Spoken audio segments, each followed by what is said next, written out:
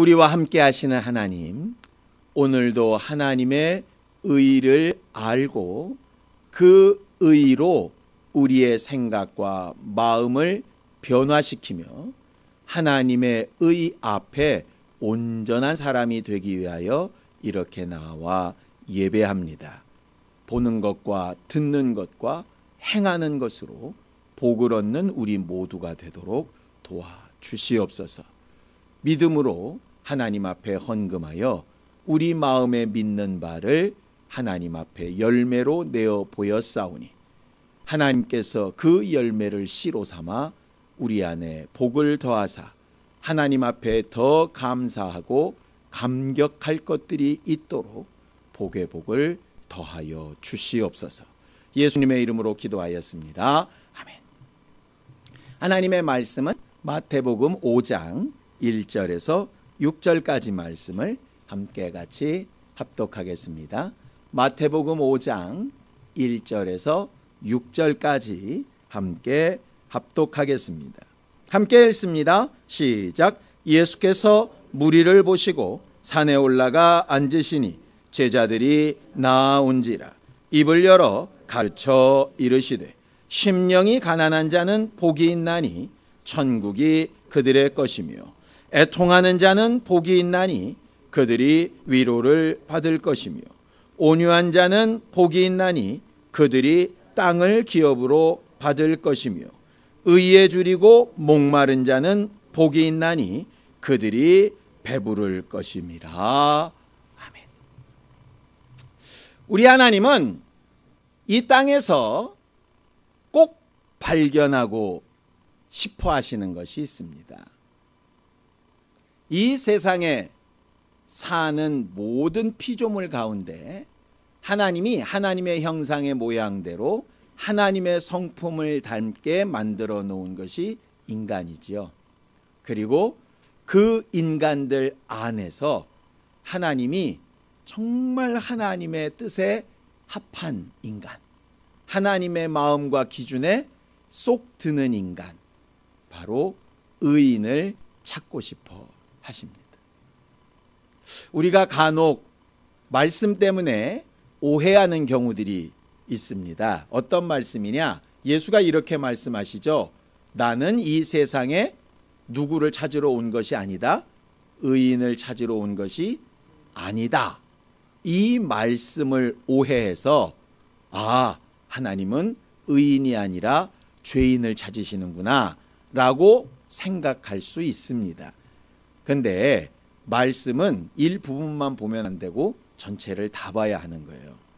우리의 신앙생활에 오해가 생기는 거의 대부분이 뭐냐 하면 성경을 일부만 읽기 때문입니다.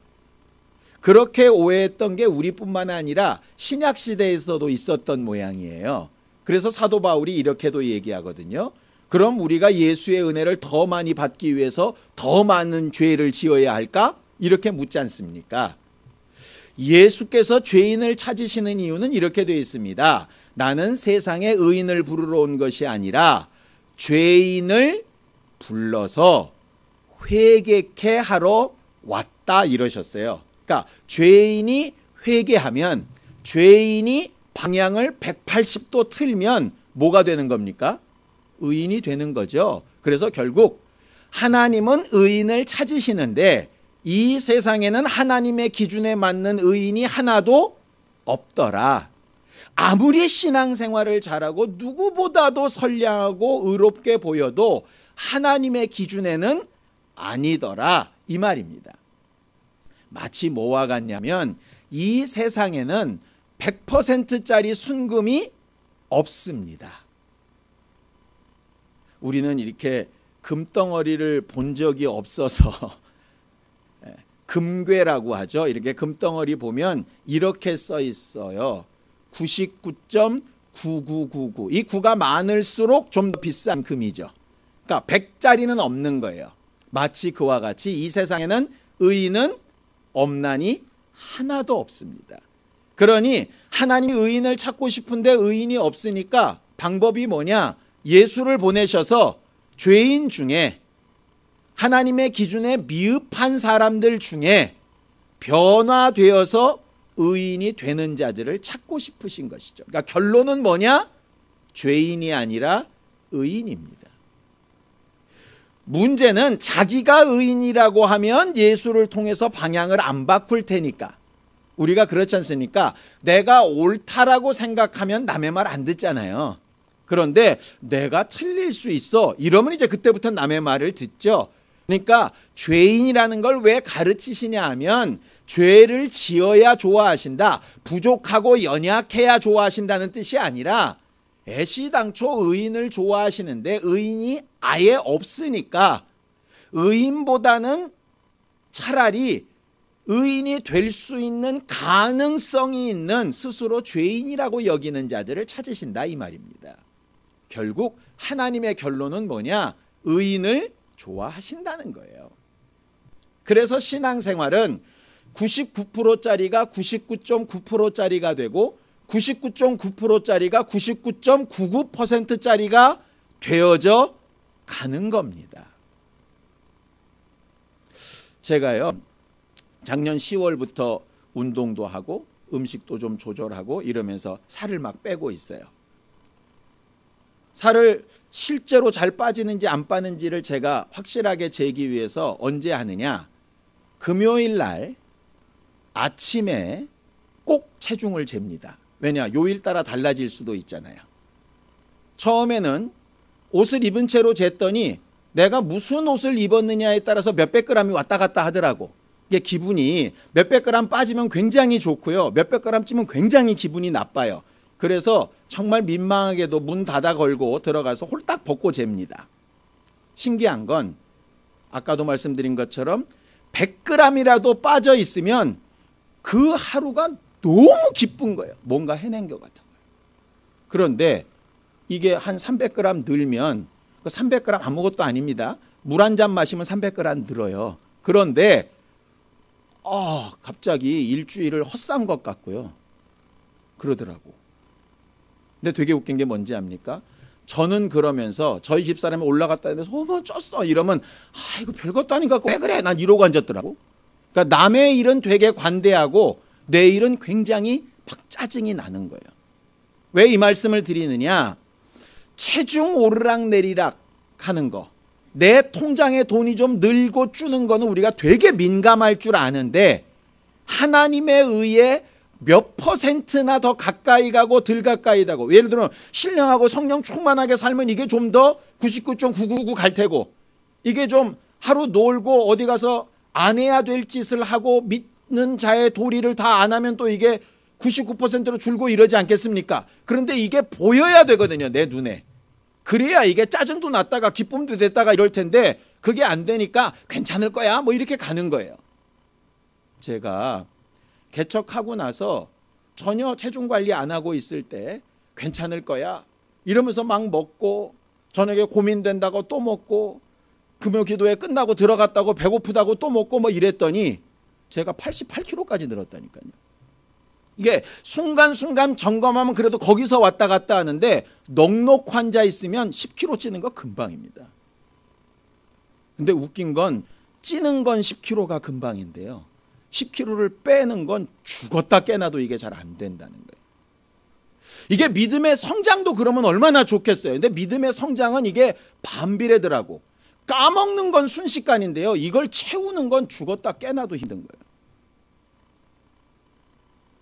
하나님은 의인을 찾으시고 우리는 항상 내가 하나님의 의의 기준에 지금 몇 %쯤 되는가라고 하는 걸 매일 하면 좋겠지만 그럼 우리가 너무 스트레스를 받으니까 적어도 일주일에 한 번 주일 하루만큼이라도 자기를 좀 돌아볼 수 있으면 우리가 한 주일을 살아갈 때 이렇게 살아야 되겠다, 이렇게 살면 안 되겠다 하는 게 아마 나타날 거예요.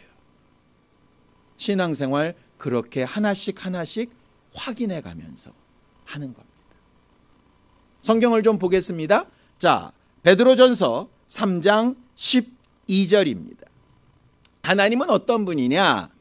이렇게 기록하고 있습니다. 시작. 주의 눈은 의인을 향하시고 그의 귀는 의인의 간구에 기울이시되 주의 얼굴은 악행하는 자들을 대하시느니라 하였느니라 그랬어요.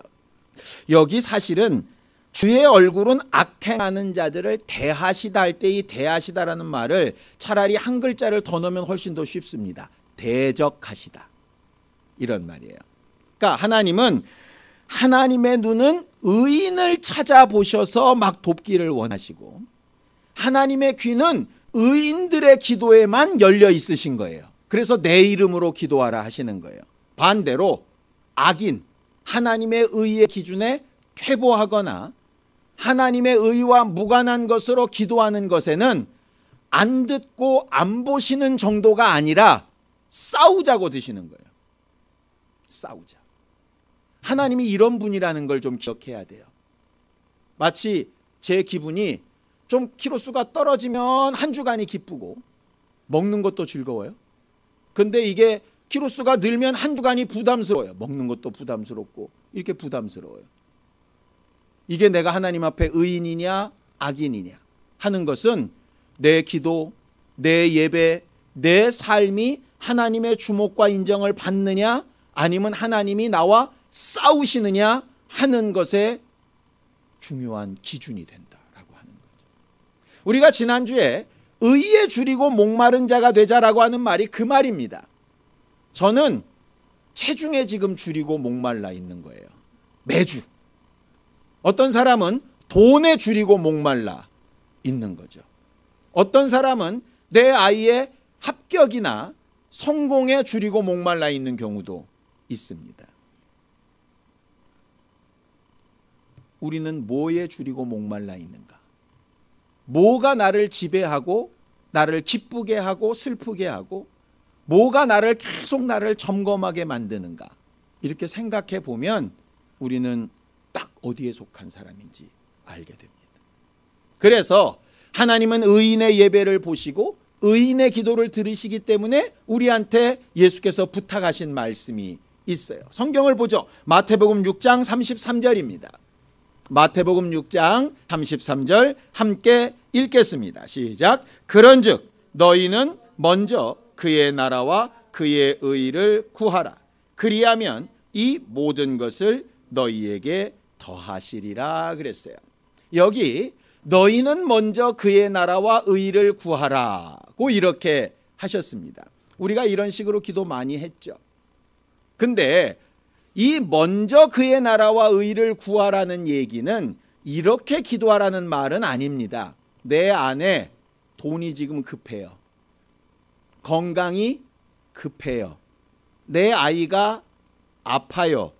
그래서 하나님 우리 아이, 하나님 돈 이러고 싶은데 이 말씀이 생각이 나는 거예요. 그러니까 이 안에 마음은 이만큼 돈, 이만큼 건강 뭐 이렇게 있는데 먼저 의를 구하라고 하셨으니까 하나님 주의 나라와 의를 구합니다. 이렇게 시작하라는 의미가 아니에요. 그런 의미가 아니에요. 저도 그런 줄 알았어요. 그게 아니라 이 말이에요. 여러분들 혹시 이런 경우 있어 본 적 있습니까? 앞에 사람이랑 이렇게 대화를 하는데요. 나랑 대화를 하는데 이 사람이 자꾸 핸드폰을 쳐다보는 거예요. 나랑 얘기를 하는데 아 그러셨어요? 그러면서 카톡 보고 아 그러셨어요? 또 카톡 보고 이게 무슨 얘기입니까? 그 사람 지금 나랑 얘기하는 게 급한 게 아니고 더 그 마음을 사로잡고 있는 급한 일이 있는 거예요. 그러니까 먼저 그의 나라와 의를 구하라는 얘기는 뭐냐 하면요. 이런 거예요.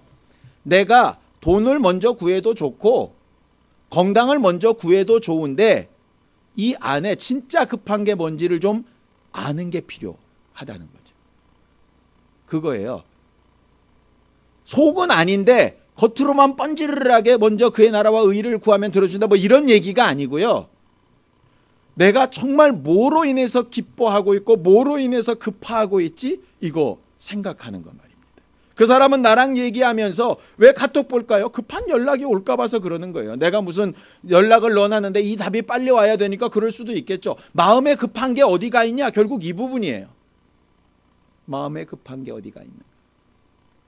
여러분들은 여러분들의 마음을 사로잡고 있고 가장 급한 게 뭡니까? 그게 여러분들의 신앙이에요. 여러분들의 믿음이에요. 가장 급한 거. 우리가 흔히 이런 경우 있죠. 내 영혼이 가장 중요합니다. 우리 아이의 영혼이 가장 중요합니다. 말은 그렇게 합니다. 왜? 그렇게 배웠고 그렇게 들었고 그렇게 믿는다고 자기가 생각을 하는 거예요. 그런데 실제로 행동이나 선택은 그렇지 않은 거죠. 학원이 먼저 바쁘고 직장이 먼저 바쁘고 가족 모임이 먼저 바빠요. 그러면 어떤 겁니까?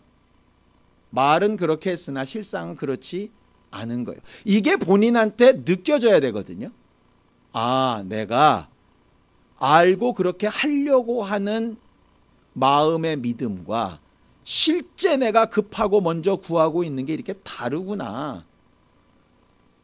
그게 잘못됐다고 얘기하는 게 다 우리가 그렇게 살아요. 근데 그걸 최소한 인정은 해야 되거든요. 인정은. 왜? 인정을 해야 고치죠. 그런데 사람들이 대부분 말을 그렇게 해놓고 사람들 앞에 그렇게 떠벌려 놨기 때문에 자기 스스로도 나는 그런 사람이라고 속는 거예요. 그리고 그거가 전혀 상관없는 선택을 하면서도 그게 하나도 이상하질 않는 거예요. 그래서 말라기 얘기가 그겁니다. 너희가 하나님 앞에 하는 것처럼 하는 행동을 사람 앞에서도 해봐라. 그렇게 할 수 있다면 괜찮아. 이 얘기예요. 예를 들어서 예배 시간에 딴 생각 막 하고 있어요. 말씀은 하나도 안 들려요. 이거를 어떻게 생각하면 되냐? 나랑 둘이 누군가 얘기하는데 내가 뭔 얘기를 하는데 그래 놓고 나서 근데 뭔 말씀하셨죠? 이렇게 묻는 사람이 있다면 여러분들은 그 사람과 대화하고 싶겠냐고.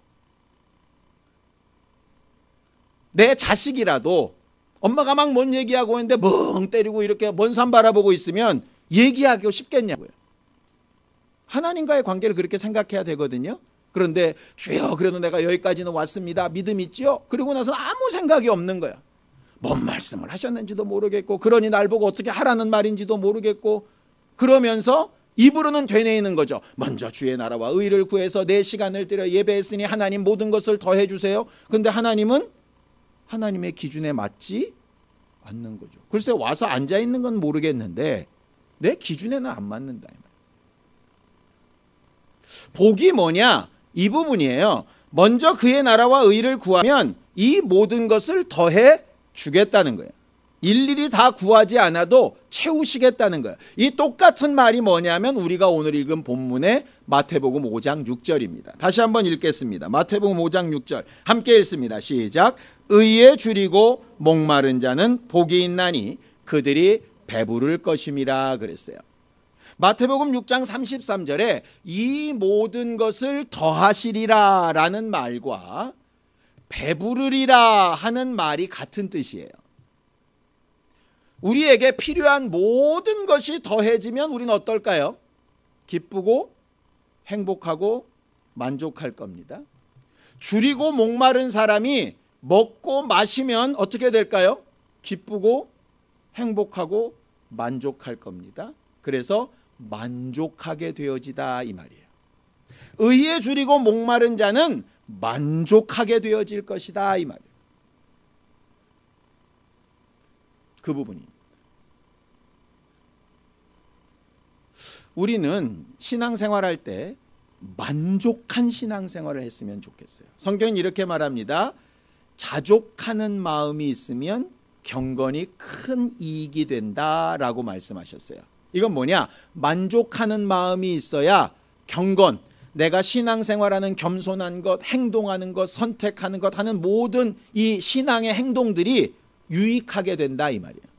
뭐냐? 예배하고도 만족함이 없고 기도하고도 만족함이 없고 헌신하고도 만족함이 없고 봉사하고도 만족함이 없고 이 안에 불평불만과 감사가 많이 있고 감사가 없으면 그것은 너희가 한 행동 모든 것이 다 유익하지 않다 이 말이에요. 그러니까 여쭤보는 겁니다. 예배하고 만족합니까? 기도하고 만족합니까? 이거예요. 신앙생활 내가 잘하고 있는가는 만족하냐 이 말이에요. 만족이란 말을 이렇게 오해하지 마시기 바랍니다. 만족이란 말은 많이 쌓아뒀다는 얘기가 아니에요. 어리석인 부자의 비유처럼 많이 쌓아놨어도 쓸 수 있는 능력이 없으면 만족이 아니에요. 제가 주로 이런 얘기를 많이 예로 듭니다. 여러분들, 물이 가장 많은 곳에서 물이 없어 죽는 사람들이 누군지 압니까? 바다를 표류하는 사람들이에요. 바다는 물이죠. 사방 천지를 둘러봐도 다 물이죠. 그런데 그 물 위에 떠 있으면서 사람들이 왜 죽냐? 물이 없어서 죽어요. 그게 무슨 얘기예요? 물이 많은 게 중요한 게 아니라 이 물이 내게 들어와서 생명이 되고 만족이 돼야 되는데, 우리가 좋아하는 걸로 따지면 돈이 아무리 많아도 이게 내게 생명이 되고 만족이 돼야 되는데, 예배를 아무리 많이 드려도 이게 내게 생명이 되고 만족이 돼야 되는데, 성경을 아무리 많이 알아도 이게 내게 생명이 되고 만족이 돼야 되는데, 우리는 뭐가 많으면 만족하다고 생각하는 거예요. 반대로 적으면 만족이 없다고 생각하는 거예요. 아닙니다. 정말 목마르고 힘들 때 물 조금 한 잔 마시는 게 얼마나 만족스러워요. 제가 지난주에 말씀드렸잖아요. 수술 받고 물 한 모금 못 먹을 때 거제로 입술만 이렇게 되는 것만 해도 만족한다니까요. 너무너무 피곤하고 졸린데 딱 5분 10분 아주 깜빡 졸면서 깊이 잠들었을 때 만족스럽다니까요. 꼭 7시간 8시간 자야 만족되는 건 아니에요. 예배를 10시간 20시간 드려야 만족하는 거 아니에요. 예배 시간 가운데 딱 30초만 제대로 말씀 듣고 은혜 받아도 그 사람은 만족할 수 있어요. 이것도 용기 얻어가지고 30초만 깨 있으려고 그러려. 결과적으로 만족은 양의 문제가 아니고요, 나한테 적용되는 것의 문제예요. 하나님께서 그래서 너는 지금 뭘 가지고 만족하냐? 뭘 가지고 만족하려고 하냐? 뭐가 있으면 만족하다고 생각하냐? 라고 물으시는 거죠. 많은 사람들이 바닷물 먹으면 살 것 같으나 사실은 죽습니다. 더 목마르고 살 길이 없죠. 그걸 가지고는 할 수 있는 방법이 없어요. 차라리 비 오는 날 하늘에서 떨어지는 그 말도 안 되는 빗줄기가 나를 살리는 것이 되고 만족함이 되지, 그 넓게 펼쳐진 바다는 내게 아무런 능력이 안 된다. 하나님께서 그 부분을 좀 기억하라는 거예요. 돈에 줄이고 목말라서 돈으로 만족함을 얻을 것 같은데 돈으로 만족이 안 된다는 거예요. 하나님께서 우리에게 원하시는 부분이 바로 그겁니다. 성경에 보면 우물가의 여인 이야기가 나오죠. 사마리아 여자입니다. 남들은 아무도 물길러 나오지 않는 한낮에, 쨍쨍한 그때에, 지금 우리도 한낮에 나가서 뭘 일하라 그러면 싫은데 그 사막 지형에 나가서 물을 길어야만 되는 상황입니다. 뭐 이유들을 많이 댑니다. 그 여자가 뭐 남편을 여럿 갈아치운 죄인이었다, 뭐 창피한 사람이었다, 뭐 어쨌다, 말들 많은데 사실은 정확한 내용은 성경에 나와 있지 않습니다. 근데 우리가 분명한 것 하나는 알아요. 뭐냐? 그 더위를 이기고도 남들은 하지 않는 행위를 해서라도 해결하고 싶은 게 있었던 거죠. 갈급함이 있었어요. 그러니까 낮에라도 물길러 나오는 거예요. 조금 더 참았다가 좀 선선해지면 나가지 정도가 안 될 만큼 목마르니까 나온 거 아니겠습니까? 많은 사람들이 이렇게 얘기하죠. 일주일 내내 새벽부터 밤중까지 직장 생활하고 겨우 딱 주일 하루 쉬는데 그걸 또 교회 가서 쓰냐? 사람들은 그렇게 생각할 수 있어요. 근데 이 여자처럼 좀 날 좀 선선하면 나가, 이렇게 할 때 그 시간에 꼭 나가야 될 만큼 갈급한 사람은 나가야죠. 그런 갈급함이 있었어요. 사마리아 여자가 예수를 보면서 이상하게 생각합니다. 유다 남자가 사마리아 여자한테 말을 거는 거예요. 원래 그런 법이 없거든요. 왜 걸으셨습니까? 예수께서도 목마르셔서 그랬어요. 물 좀 달라 하셨어요. 갈급한 여자와 갈급한 예수가 만났습니다. 근데 문제는 뭐냐? 이 여자는 남편이 바뀌면 만족할 것 같았고, 물이 채워지면 만족할 것 같았고, 물길러 나오지 않고 집에서 물 먹으면 만족할 것 같았어요. 근데 예수가 보실 때는 그건 만족이 아닌 거죠. 남편을 아무리 갈아치워도 만족하지 않은 거예요. 수도꼭지만 틀면 물이 철철 나와도 만족하지 않은 거예요. 아시잖아요. 예전에 7, 8씩 애를 낳을 때와 지금 애 하나 낳을 때는 이게 비교 대상이 안 돼요. 그런데도 그 7, 8 낳을 때도 힘들어 죽겠다 그러고요. 하나 낳는데도 힘들어 죽겠다고 그래요. 우물가에 빨래하러 얼음장 깨가면서 방망이 두드렸을 때도 힘들어 죽겠다 그러고요. 세탁기에 건조기까지 버튼만 누르면 돌아도 힘들어 죽겠다 그래요. 그 이유가 뭔지 압니까? 그걸로 만족이 안 된다는 거예요. 그걸로 뭐가 안 채워진다는 거예요. 다른 거죠. 우리가 흔히 이런 경우 있습니다. 가족끼리도 싸웠어요. 기분 나빠서 싸웠어. 그런데 쟤 때문에 제가 무슨 말한 것 때문에 막 이렇게 막 이유를 댑니다. 근데 사실 곰곰이 생각해 봐야 돼요. 진짜 그건지.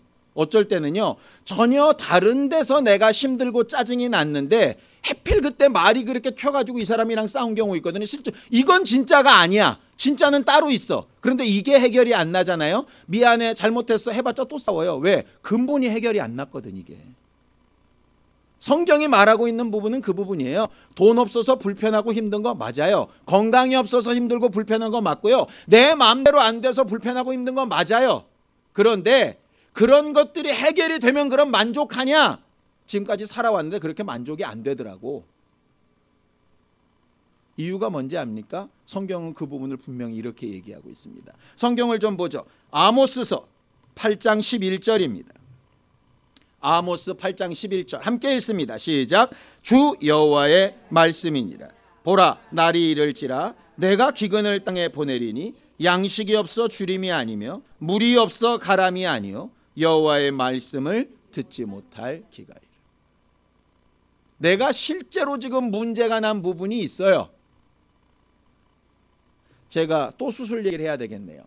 맹장이 터져서 아내가 막 고름이 찼었잖아요. 그래서 배가 아픈 거예요.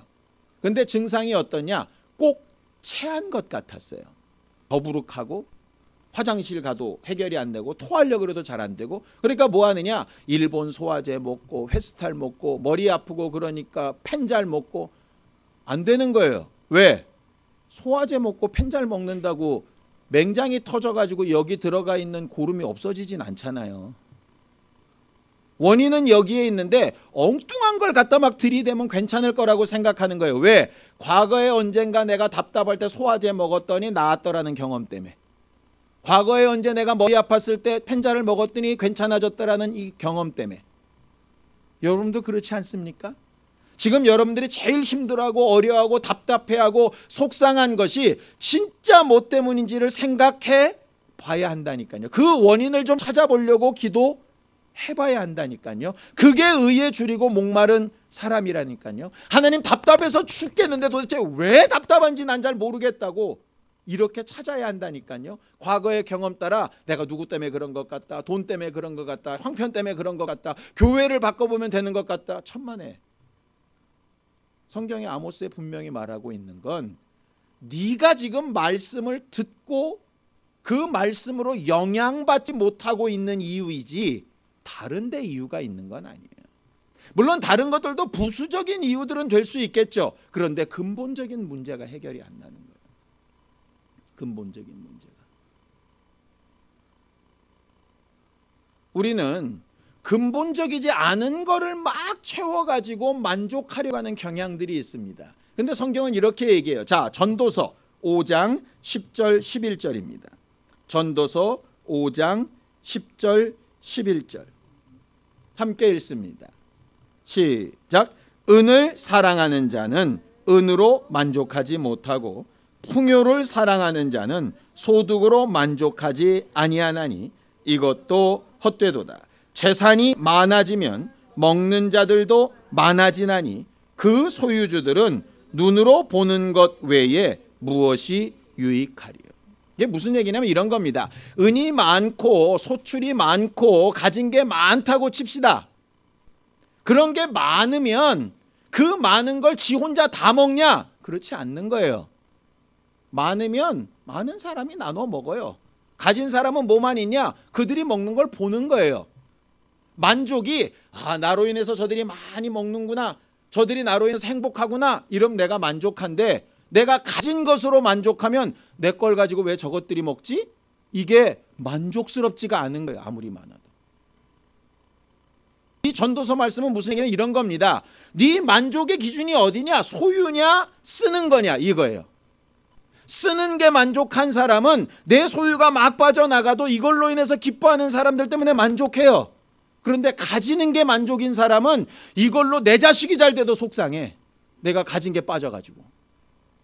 제가 굉장히 안타까웠던 얘기를 하나 할게요. 회사 다닐 때요. 어떤 사람이 집을 샀어요. 저희 회사에서 대출을 얻었어요. 그래가지고 대출 얻어서 처음으로 집을 장만했다고 너무 기뻐하는 거예요. 기뻐할 만하죠. 그죠? 그런데 그 집이 불이 났어요. 얼마 안 됐는데. 더 기가 막힌 게 뭔지 압니까? 불이 나서 집이 사라졌잖아요. 그런데 빚은 안 사라지는 거예요. 이 사람은 뭐예요? 집도 못 갚고 빚만 남은 거예요. 가진 게 중요한 게 아니죠. 혹 집을 날려도 빚이라도 없으려면 빚부터 먼저 갚았어야 되는데 그렇게 안 하는 거예요. 집 샀다고, 빚으로 집 샀는데 집 샀다고 흥청망청 막 잔치 다 했어. 근데 불 났어요. 근데 어떻게 도와요? 우리가 금융회사인데 우린 어떻게든 받아내야지. 안 그래요? 소유가 만족스러운 것 같은데요. 소유를 지킬 수 있는 힘이 없으면 그건 만족이 아니에요. 자칫 잘못 소유했다가 실제로는 없고 빚만 잔뜩 지게 되는 경우들도 생겨요. 내가 지금 뭐 때문에 기뻐하고 있는 거예요? 뭐에 만족하고 있는 거예요? 성경엔 그래서 의에 줄이고 목마른 자가 만족하고 배부른데 뭐에 배부를까요? 하나님의 의에 배부르고 만족한 거예요. 하나님의 의에 배부르고 만족하니까 괜찮은 거예요. 다른 것들이. 좀 연약하고 부족해도 이미 만족한 게 내 안에 들어왔다니까. 여러분들 예전에 해봤잖아요. 상사한테 깨지고 월급 깎인다 그러고 속상해 죽겠는데 딱 집에 들어왔더니 애가 성적표를 기가 막히게 받아왔어. 갑자기 속이 확 풀리잖아요. 월급 안 올라도 불편하죠. 상사한테 깨진 거 없어지지 않았어요. 그런데 내가 진짜 먼저 구하는 거, 내 새끼 잘 됐으면 좋겠다. 이게 딱 채워지니까 나머지는 그럴 수도 있지 이렇게 넘어간다니까요. 결국 우리가 뭘로 만족하냐고 지금. 내가 주의 은혜로 만족하면요. 옆 사람이 나 같지 않은 거, 상황이 어떤 거, 형편이 좀 안 좋아지는 거 넘어갈 수 있어요. 그런데 은혜가 안 채워지면은요. 아무리 좋은 게 많아도 다 불만이야. 근데 그 원인을 우리가 못 찾는다는 데 문제가 있는 거예요. 성경은 그래서 이렇게 얘기합니다. 자, 고린도후서 3장 4절 5절입니다. 고린도후서 3장 4절 5절 함께 읽습니다. 시작. 우리가 그리스도로 말미암아 하나님을 향하여 이 같은 확신이 있으니 우리가 무슨 일이든지 우리에게서 난 것 같이 스스로 만족할 것이 아니니 우리의 만족은 오직 하나님으로부터 나느니라. 이게 의인이에요. 하나님으로부터 오는 만족이 있는 사람. 하나님으로부터 오는 만족. 마지막 예를 하나 들고 설교를 마치죠. 제가 정인철 목사님하고 같이 행복한 교회를 처음 개척했을 때요. 굉장히 마음이 힘들었어요. 뭐 때문에 힘들었냐? 이것 때문에 힘들었어요. 교회에는 사례 안 받겠습니다. 왜? 개척해가지고 성도도 없는데 무슨 사례를 받아요? 근데 목사가 둘이나 되는데. 이렇게 한 거예요. 통장에는 그동안 제가 갖고 있었던 금액보다도 훨씬 더 많은 돈이 들어있었어요. 왜? 개척 간다고 이분도 후원해주고 저분도 후원해주고 어떤 분은 막 1,000만 원을 주셔서 500만 원씩 정진절 목사님이랑 나눠주기도 하시고 이래서 통장에는 돈이 있는 거예요. 예전에 보다 통장에 돈이 있으니까 만족스러워야 되잖아요. 근데 불안한 거예요. 왜 불안한지 아세요? 전에는 작은 금액이나마 알량하게 매달 사례가 들어와요. 그러니까 이게 쭉쭉쭉 줄어들어도 며칠만 있으면 이게 들어온다 이런 소망이 있으니까 이게 덜 불안한데 그보다 훨씬 많은 돈이 1,000만 원 가까이 통장에 들어있는데도요. 매일 볼 때마다 통장이 어떻게 되겠어요? 주는 거예요. 950, 900, 850, 800 계속 내려가는데 점점 불안해지는 거예요. 예전에 100 몇십만 원 있을 때보다는 이게 한 7, 8배가 돈이 많이 있는데도 줄어드니까 계속 불안한 거예요. 그때 느꼈던 게 뭔지 아세요? 아, 이게 내가 뭔가 때가 되면 다시 채워진다는 소망이 나를 만족하게 하는 거지 지금 쌓아놓은 게 만족함이 되는 게 아니구나 느낀 거예요. 그래서 우리 교회 처음 개척할 때 뭐부터 시작했냐? 일부터 시작했어요. 왜? 그때도 뭔가 모아진 게 있고 돕는 분들이 있었거든요. 그런데 내가 일하고 매달 뭐가 들어오고 매주 뭐가 들어오는 게 있어야 내가 안심하겠더라고. 목회하겠더라고. 그때 했던 일들이 얼마나 좋은 일인지 압니까? 한 달을 기다릴 필요가 없는 거예요. 일당으로 받으니까. 일주일에 한 번씩 들어오네. 얼마나 기분이 좋은. 금액은 얼마 안 돼요. 그런데 일주일씩 계속 채워질 거라는 담대함이 있으니까 쓰는데 부담이 없는 거예요. 뭐로 만족합니까 지금? 내가 또 주 앞에 나가면 받을 은혜가 있고 내가 나가서 기도하면 응답 주실 하나님이 계시고 내가 찾으면 만나주실 그분이 있다는 것 때문에 만족합니까? 아니면 내가 해놓고 누리고 알고 있고 행해왔던 것을 가득 쌓아놓은 걸로 지금 여러분들 만족합니까? 그거 제대로 느끼지 못하면 어떻게 신앙생활 해야 될지 몰라요. 뭐가 복인지도 몰라요. 왜 로또 맞은 사람들이 하나도 행복한 경우가 없는지 압니까? 소망으로 살지 않고 쌓아놓은 걸로 살기 때문에 그래요. 그래서 하나님께서 얼마든지 쌓아놓을 만큼 넘쳐 흐르도록 만족하게 주실 수 있는데 일용할 양식처럼 항상 새롭게 하나님 앞에 공급되는 만족함으로 살라고 하는 거예요. 지금 이렇지만 내가 주께로만 돌아가면 그 음성을 들을 수만 있으면 내가 은혜로만 나아가면 그를 만날 수만 있으면 그 소망함 때문에 살 수 있게요. 근데 과연 그렇게 삽니까? 의에 줄이고 목마르게 살아야 하는 거죠. 성경을 한 구절만 읽고 마치겠습니다. 시편 90편 14절입니다. 함께 읽습니다. 시작.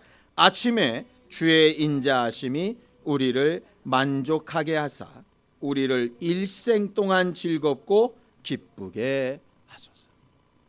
오늘 아침에 만난 주님으로 인해서 일생 동안 행복합시다 이 얘기 아닙니다. 매일매일 나가 만나는 주님으로 인해 일생 행복하게 하소서. 이게 우리의 기도 제목입니다. 하나님의 의에 줄이고 목마른 우리 모두가 되기를 예수님의 이름으로 축원합니다. 함께 같이 기도하겠습니다. 하나님 아버지, 우리는 의에 줄이고 목마른 자가 되기를 날마다 생각하고 의지하게 하여 주셔서 하나님이 우리에게 주신 은혜로 말미암아 만족함을 누리고 베풀어 주시는 은혜로 말미암아 배부를 수 있으며 이 모든 것을 더하시겠다 하시는 약속을 따라 행복한 신앙생활을 할 수 있도록 도와주시옵소서. 무엇보다도 주의 말씀이 보여지고 들려지고 우리를 움직이게 하는데 사용되어지게 하여 주셔서 우리가 하나님의 의의 기준에 얼만큼 가까이 다가가고 있는가를 잘 돌아볼 줄 아는 신령한 사람들이 되도록 축복하여 주시옵소서. 예수님의 이름으로 기도하였습니다. 아멘. 이제는 우리 주 예수 그리스도의 은혜와 하나님 아버지의 극진하신 사랑과 성령님의 감동하시고 함께 하시는 분명한 증거가 하나님으로 인하여 참 만족을 구하고자 하는 우리 모두 이제부터 영원까지 함께 있을지어다. 아멘.